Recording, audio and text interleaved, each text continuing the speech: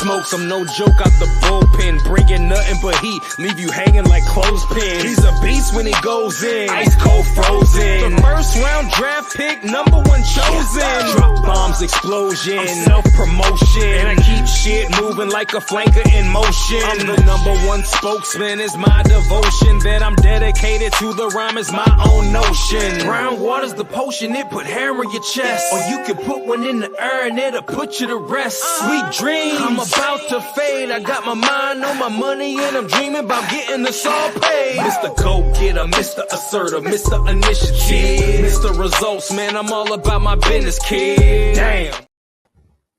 Damn. Results in business on a Sunday Not So Casual Thursday evening in December. It is December 7th, 2023, NFL Week 14, Thursday Night Football, the Shark and the Gun. We are back. We are fired up and ready to dominate. Guns Picks, what's going on, brother? Man, I just came from an absolute epic weekend in Boston, Massachusetts with the boys. We couldn't lose a bet if we tried. I raked up the wins, and I'm on a 14-3 streak right now in the NFL, plus 18 units. I'm cashing like a motherfucker, and I'm going to be firing today, baby. Let's get into it. Sunday Not So Casual, Thirsty Thursday. It is Sharky Walters Nation, 9 words of lifestyle. Ride the wave or get out of the water. The Gun with 4 top plays. We're going props. A lot of conversation to be had here. We're going to try to bring you guys right up to kickoff at 8:15. Let's talk business. Let's talk the running game for a Patriots offense that has been absolutely incapable of scoring the football off a shutout loss last week. 13 combined points the last 3 weeks. Going to the running back, otherwise known as Ezekiel Elliott, looking at rushing yards over 59.5 and attempts over 15.5. Guns Picks, talk to me. Man, I'm looking at the side, I'm looking at the total, and I'm like, man, I don't know if I'm looking at the right numbers. I thought I was looking at the Army-Navy game on Saturday, but no, I'm looking at Thursday Night Football here. But I had to go into the props, I had to dig a little bit, and I had to find the plays, and of course, I found them in the props with Zeke Elliott over on the rushing yards here. And let me tell you why. Listen, you got to look at Pitt's defense. They're ranked 22nd in rushing yards per game, 21st in rushing yards per play. I think this is where we can take advantage of the running game here with the Patriots. And Patriots carry the ball. It ramped up in the last 3 weeks. They've, especially with Zeke. Zeke's actually played exceptionally well in the last 3 games with 4.1 yards per carry, 50.6 yards per game.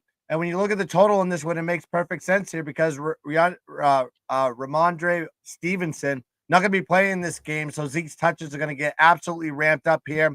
And if you actually look at the attempts on this one with the New England Patriots, they've upped the rushing attempts in the last 3 games. They're actually ranked 5th in rushing attempts in the last 3 games with the Patriots on this one. So I got to be taking advantage here, focusing in on the prop here. Zeke over 59.5 rushing yards. And also we got to be looking at the rushing attempts on this one.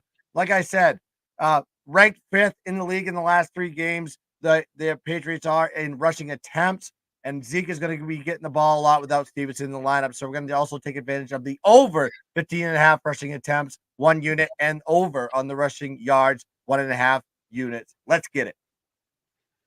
Yeah, and it's been such an ongoing conversation, particularly on these Thursday night broadcasts, week after week, about how consistent the unders have been and how square it's become. And I keep saying this, but we're going to have the same conversation.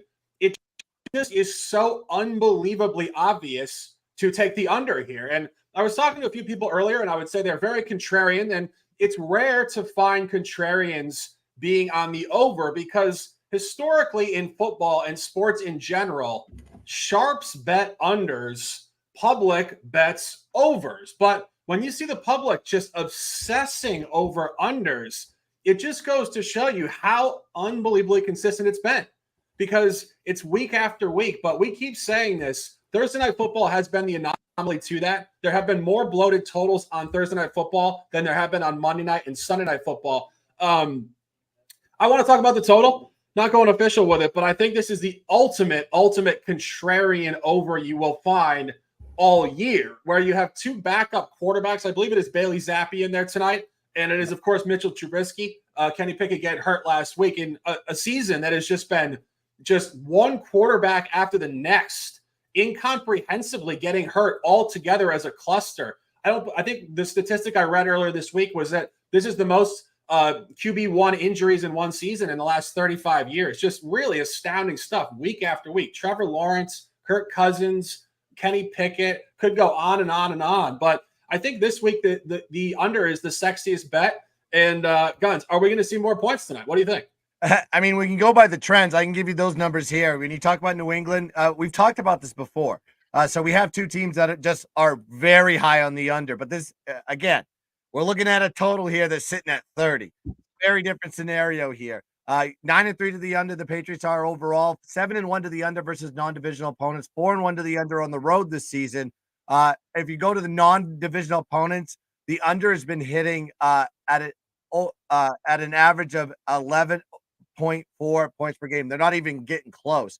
But when you look at Pittsburgh, same type of scenario. You got 10-2 to the under overall, 7-1 to the under versus non-divisional opponents, 5-2 to the under at home. They're covering these margins by an average of 4 points per game. So you got two quarterbacks, two backup quarterbacks for that matter, that are probably going to be looking to change the scenario of the offense. And you got Mitch Trubisky, and granted, there is game film on him. He's been with the Pittsburgh Steelers. You know, he played a lot last year, played once this year starting. We'll get to the other prop in a second. But yeah, I mean, eventually these teams have to score points, right? The Patriots haven't scored in the last 3 games. I think they've scored a total of 13 points. Pittsburgh's been, playing reasonably well. It's unbelievable to me. I think the only lean to this one, and I can't take it myself, honestly, because I hate the Patriots. I hate betting the Patriots. I avoid the Patriots altogether, side and total. But yeah, I think the only way to take this is over a pass. That's the lean I got.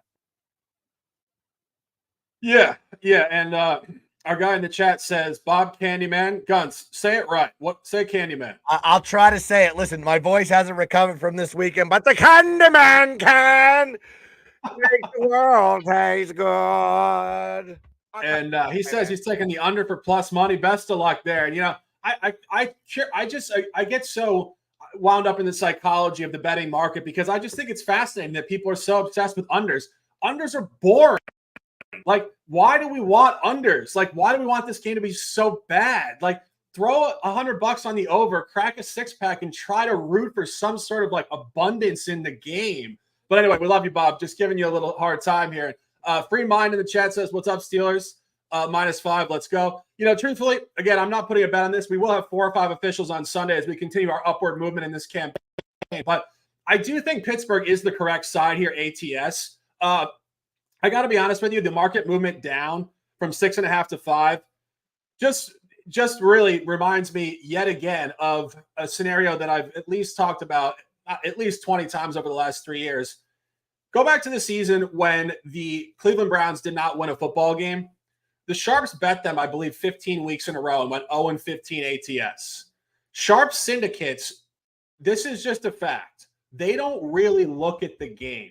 Like, if we were sitting in a bar in Vegas and we had these syndicate guys, we would say, guys, what do you think about this matchup? Where on the calendar, how they play at home, how they play this opponent type? They would look at us like we're speaking a foreign language. They buy numbers blindly, and they bet hundreds of thousands of outcomes, and they have enough money where they will move this. So just to give you guys an example of syndicate money, there are guys in Las Vegas and across the world who literally have no idea what's going on in this game tonight that are putting millions of dollars on a blind numerical buy at +6.5, which moves it to 5. And I remember I was talking to Josh Puntschool about this, and he actually did a really sharp video on this CLV and market movement conversation. And he said the same thing a couple years ago. And I know it didn't get a ton of exposure, but it's worth repeating over and over and over. When people see the market move by quote unquote sharp action from 6.5 to 5, it really is guys who are not looking at the game. So please keep that in mind. These guys are throwing blind darts over hundreds of thousands of just numerical small window buys. So staying on that point, when you look at the Steelers here, the Steelers are actually 1-0 at home outside of the division against the AFC. It was a game we had correctly going back a few weeks. It was Will Levis on the road against Kenny Pickett. And this is before Pittsburgh had switched their offensive coordinator. So it was still Pittsburgh unable to score the football. They did win the game 20-16 on a -2.5, 3. And at that point in time, we had this discussion that Pittsburgh had not been favored outside of the division at home all year. And they had taken a heavy loss against San Francisco as a dog and a double-digit loss against Jacksonville as a dog. So therefore, their functionality as a dog versus a favorite did have a lot of transparency. And I think that's the continued conversation here, particularly off a complete dud last week against Arizona. But on that game, just very briefly, Arizona, as we had detailed numerous times, is just a great road team with Kyler Murray. So let that be the Arizona side of the game. It wasn't necessarily Pittsburgh being so awful. Of course, with the injury to Kenny Pickett, it was Arizona being Arizona. So bounce back is real. And this is the heaviest line they've been laying all year in this situation outside of the division against the AFC. Again, syndicates, sharps, whatever you want to call it, buying the Patriots. Let them bet this down and take the Steelers. The Steelers should win this game by 7 points tonight, in my opinion. Guns. Yeah, I mean, I'll give you some numbers on this one too. Is point differential on the road? The Patriots are just absolutely bad. -10 point differential, -27 net yard average, -1 turnover ratio, 1-4 ATS on the road. But when you get into outside the division, non-divisional opponents, -12 point differential, -23 net yards, -1 turnover ratio. They are 0-8 against the spread versus the non-divisional opponents. I mean, but they're 2-10 overall. ATS and straight up. I don't care how sharp the numbers are. There's no such thing as a sharp number with the Patriots, but you made a good point on this one. But there's two ways that the syndicates like to buy these. They look at numbers, key numbers, 3, 7, 10, 14. As like if they can't get there with the number itself off those key numbers, the 3s and the 7s, they will tease them with other games and play heavy on those because all you need is 2 good games and you get a straight bet value in a lot of cases, maybe even better on some of these values. That's what moves these numbers left and right.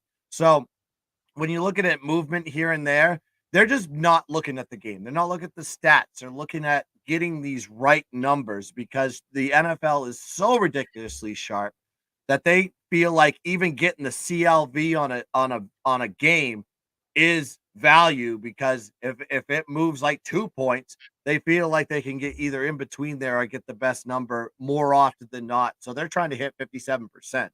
That's all they're trying to do. That's how I look at it. No, you're absolutely right. And it is so worth talking about just for a brief second, even though it's not within this game, because it's such a confusing point. I know people really get caught up in it. They say, wow, the market moved against me or, quote unquote sharps. And it's like, guys, don't pay attention to it. A lot of that movement is people that really have no idea that's the stuff that Guns and I discuss on these broadcasts. So staying within the game, though, 2 more officials. We're going back to offensive football, contrarian offensive football on the Pittsburgh side of this game. Deontay Johnson over 43.5 receiving yards and over 4.5 receptions. 2 more officials from the gun.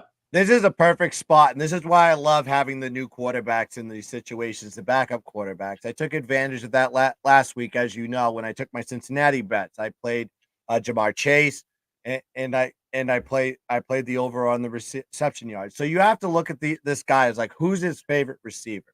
Mitch Trubisky's favorite receiver on this team, because he's been there for a few years, is Deontay Johnson. If you actually look at Deontay Johnson's stats, when he has Mitch Trubisky throwing, starting and taking snaps for them, they're very exceptional. And I'll break it down for you. 2023 versus Jacksonville, he had 8 catches, 85 yards. Mitch Trubisky was the quarterback. All these spots are only Mitch Trubisky was the player. 2022 versus Cincinnati, 7 catches, 55 yards. New England, 6 catches, 57 yards. Cleveland, 8 catches, 84 yards. Baltimore, 6 catches, 82 yards. Carolina, 10 catches, 98 yards. You average that out. 7.5 catches per game, 76.8 yards per game when Mitch Trubisky is the quarterback. So you're getting value, in my opinion, with these numbers. Over 43.5 is the number right now. If it's moved up, I'm telling you, you're still good. I think he's going to get at least 60 reception yards today. And I know for a fact he's going to get at least six receptions. The over on this one was 4.5 when I bought it at plus 118. I was getting plus money on this one. I think there's value here on this one. This is why I'm taking it. Like I said, I hated the game. I had to find plays for you guys. And the only way I could do it was with props. And if you've been following my props, I rarely take them. I usually take them in primetime games, but more often than not, I connect. So that's why I'm taking Deontay Johnson over 43.5 receiving yards and over 4.5 receptions. And I'm going to take 1.5 units on the receptions, 1 unit on the receiving yards.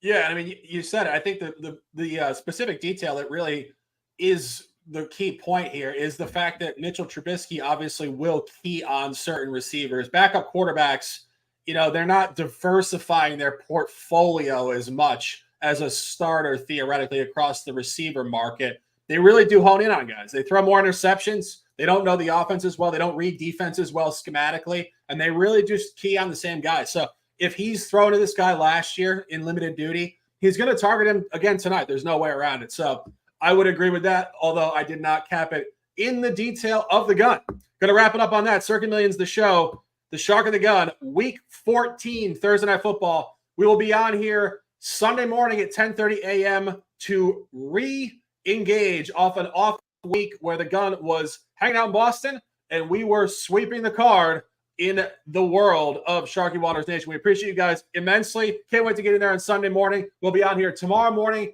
NBA, BetUS, TV, the show, myself, Sean Green, and Junior Brown. We appreciate you guys immensely. Sending you guys the best vibes. 4 top plays from the gun. Zeke Elliott, over 59.5 rush yards and 15.5 attempts over. And as just discussed, Deontay Johnson, over 43.5 receiving yards, over 4.5 receptions. Best of luck on your wagers. We will be in here. We're fired up. The Shark and the Gun signing out now. Guns picks, some words, and let's dominate.